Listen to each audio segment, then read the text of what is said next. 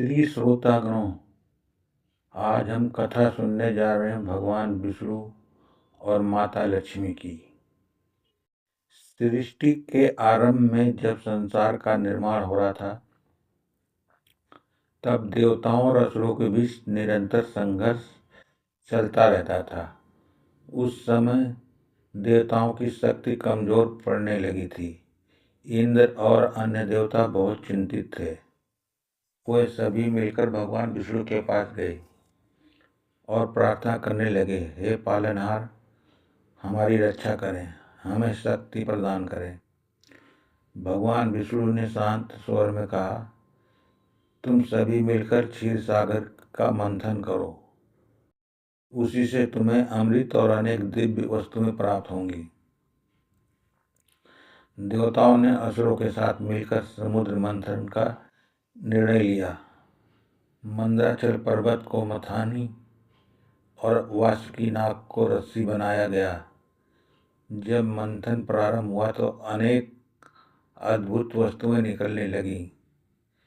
विष, कामधेनु, उच्चैःश्रवा, घोड़ा, कौस्तुभ, मणि आदि। इसी दौरान समुद्र से एक दिव्य प्रकाश प्रकट हुआ। उस प्रकाश से प्रकट हुई माता लक्ष्मी। उनका रूप की आभा इतनी तेजस्वी थी कि चारों ओर प्रकाश फैल गया। उनके हाथों में कमल था और उनके चेहरे पर अपार शक्ति और सौंदर्य झलक रहा था। सभी देवता असुर उन्हें देखकर मोहित हो गए। हर कोई चाहता था कि लक्ष्मी जी उन्हें मिल जाए, क्योंकि वह धन, समृद्धि और सौभाग्य की देवी थी। लेकिन लक्ष्मी जी ने किसी को नहीं सुना। उन्होंने अपने हाथ में कमल लिया और धीरे धीरे सभी देवताओं के बीच चलती हुई भगवान विष्णु के पास पहुंची। भगवान विष्णु शांत, धैर्यवान और धर्म के प्रतीक थे।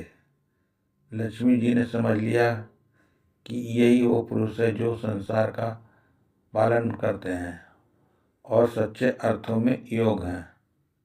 उन्होंने भगवान विष्णु को अपना पति स्वीकार किया और उनके गले में वरमाला डाल दी। देवताओं ने प्रसन्न होकर जय जयकार की, जय लक्ष्मी नारायण। इसके बाद लक्ष्मी जी वैकुंठ धाम में भगवान विष्णु के साथ निवास करने लगी। जहाँ भगवान विष्णु हैं, वहीं लक्ष्मी जी का वास होता है। इस कथा से ये सीख मिलती है कि लक्ष्मी केवल उसी के पास रहती है जो धर्म, संयम और सच्चाई का पालन करते हैं। लेकिन कहानी यहीं समाप्त नहीं होती।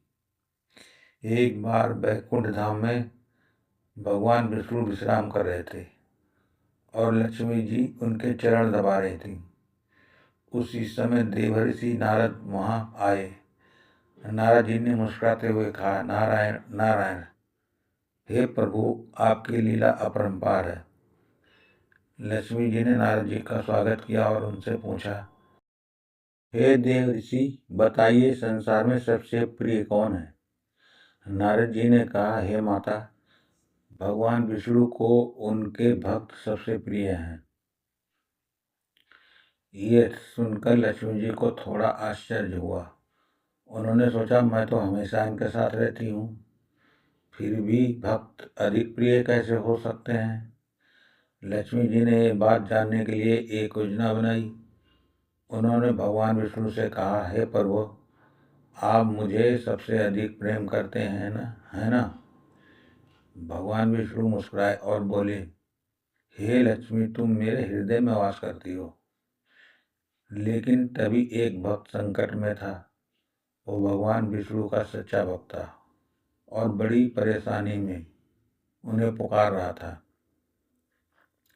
भगवान विष्णु तुरंत उठे और उसकी सहायता के लिए चल पड़े। लक्ष्मी जी ने देखा कि भगवान उन्हें छोड़कर एक साधारण भक्त के पास चले गए। उन्हें यह बात अच्छी नहीं लगी और वह थोड़ी नाराज हो गई।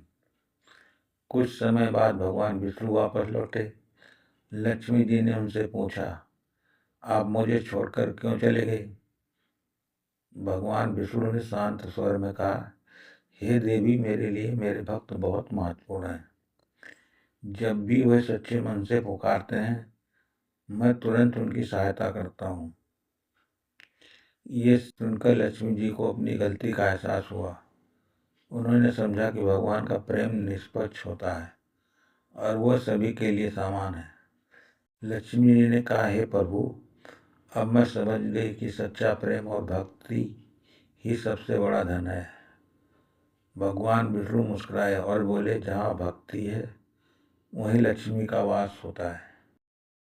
तभी से ये माना जाता है कि जिस घर में सच्ची भक्ति, प्रेम और श्रद्धा होती है, वहाँ माता लक्ष्मी स्वयं निवास करती हैं। कथा से शिक्षा: धन से बड़ा भक्ति और प्रेम है। भगवान अपने भक्तों की पुकार अवश्य सुनते हैं। लक्ष्मी उसी के पास रहती हैं जो धर्म और सत्य का पालन करता है। तो भक्तों, ये थी भगवान विष्णु और माता लक्ष्मी की कथा। ऐसी और कथा सुनने के लिए हमारे चैनल पर बने रहें और हमारे चैनल को लाइक और सब्सक्राइब करें। जय श्री हरि विष्णु, जय माता लक्ष्मी।